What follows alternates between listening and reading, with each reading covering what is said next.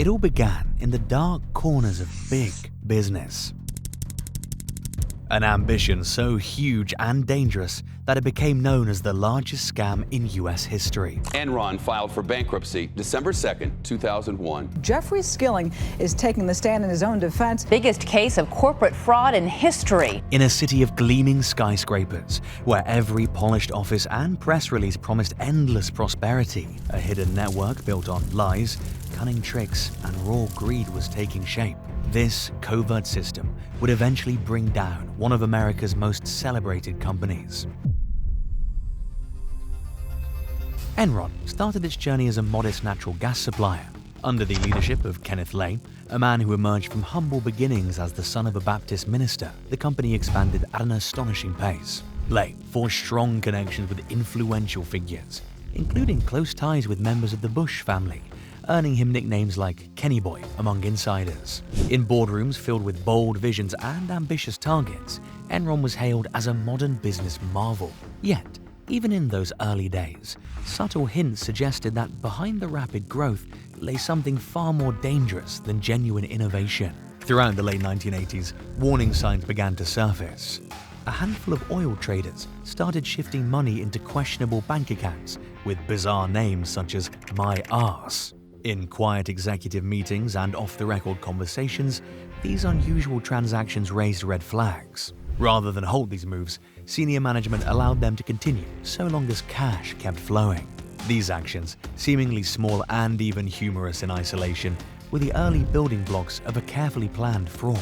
A dramatic turning point came with the arrival of Jeffrey Skilling, an executive known for his bold and high-risk approach. Skilling reimagined Enron's business model by shifting its focus from merely supplying energy to creating a fast-paced marketplace for trading energy like a financial asset. To drive this radical new strategy, he introduced mark-to-market accounting, a method that allowed Enron to record the total expected profit from a long-term deal on the very day it was signed, even though the cash might never arrive.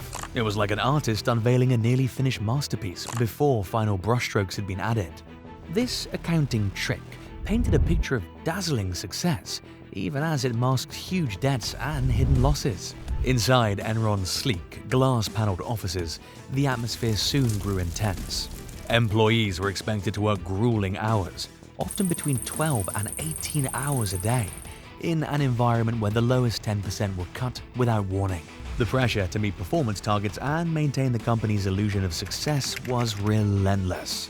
Every report, every presentation was crafted to reinforce a narrative of unstoppable growth, even though behind the scenes, risky shortcuts and secret deals were employed to keep the numbers looking good. As Enron's reach expanded, the company pushed into increasingly complex and unconventional ventures. It launched an online trading platform that was hailed as a model of transparency, despite the secretive tactics operating behind the curtain. One of the most jaw-dropping moves was its foray into weather trading. Enron began treating natural elements, sunshine, rain, even wind, as commodities that could be bought and sold. In California, for example, while the state's power grid seemed robust from afar, Enron's traders covertly began diverting electricity out of the region. This deliberate manipulation created artificial shortages that, when reversed strategically, sent energy prices soaring and triggered rolling blackouts across communities. Every step of this process was meticulously designed to hide liabilities and boost short-term profits. The company's aggressive expansion was intertwined with other, less visible, yet equally significant practices. Behind the polished exterior, Enron assembled a vast network of off-balance sheet entities, shell companies, and secret partnerships, designed by CFO Andy Fasto to keep billions in mounting losses hidden from investors and regulators. These complex financial instruments allowed Enron to present an image of rising profits, even as its underlying financial health deteriorated. Major financial institutions like Merrill Lynch were drawn into these opaque arrangements, further muddying the true picture of Enron's operations. As irregularities accumulated, investigative journalist Bethany McLean began peeling back the layers of Enron's elaborate facade.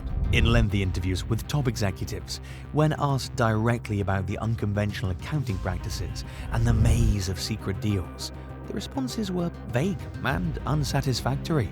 Phrases like "don't make us look bad" became shorthand for dismissing any probing questions.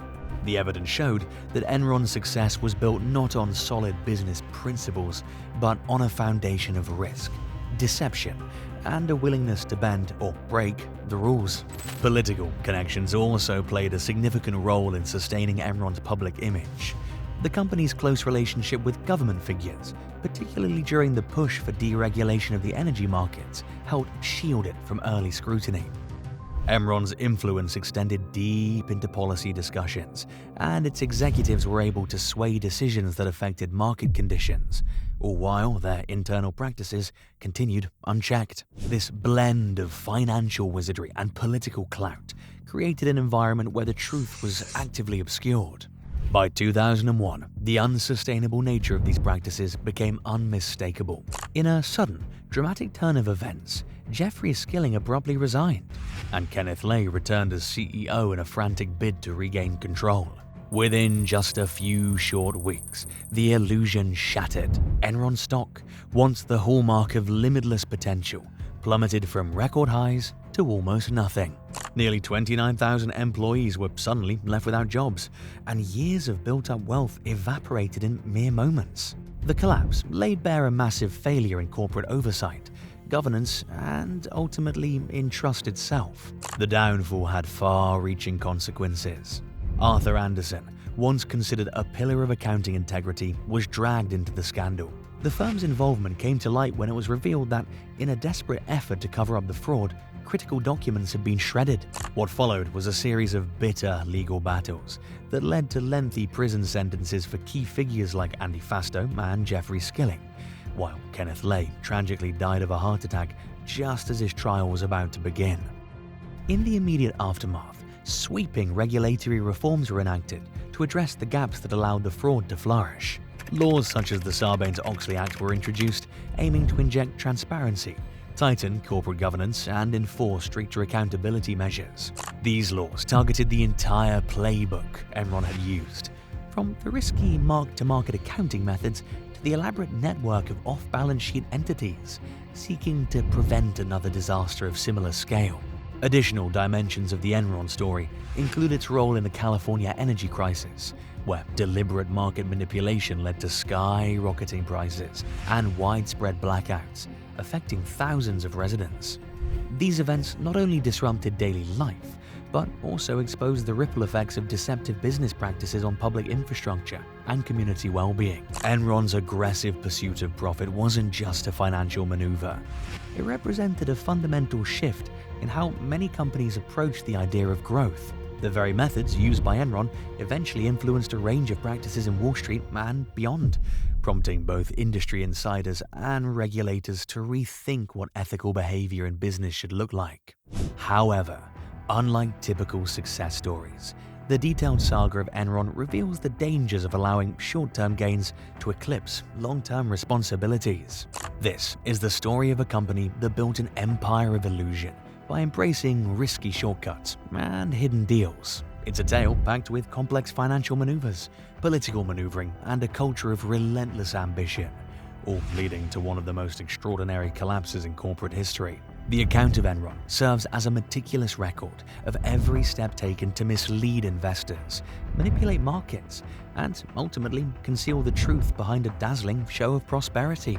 What began as a small company with big dreams transformed into a titan of the energy sector, only to fall dramatically when the very tricks that inflated its value became its undoing. From the early experiments in dubious accounting to the intricate network of secret partnerships, every element of Enron's rise was intertwined with its eventual downfall.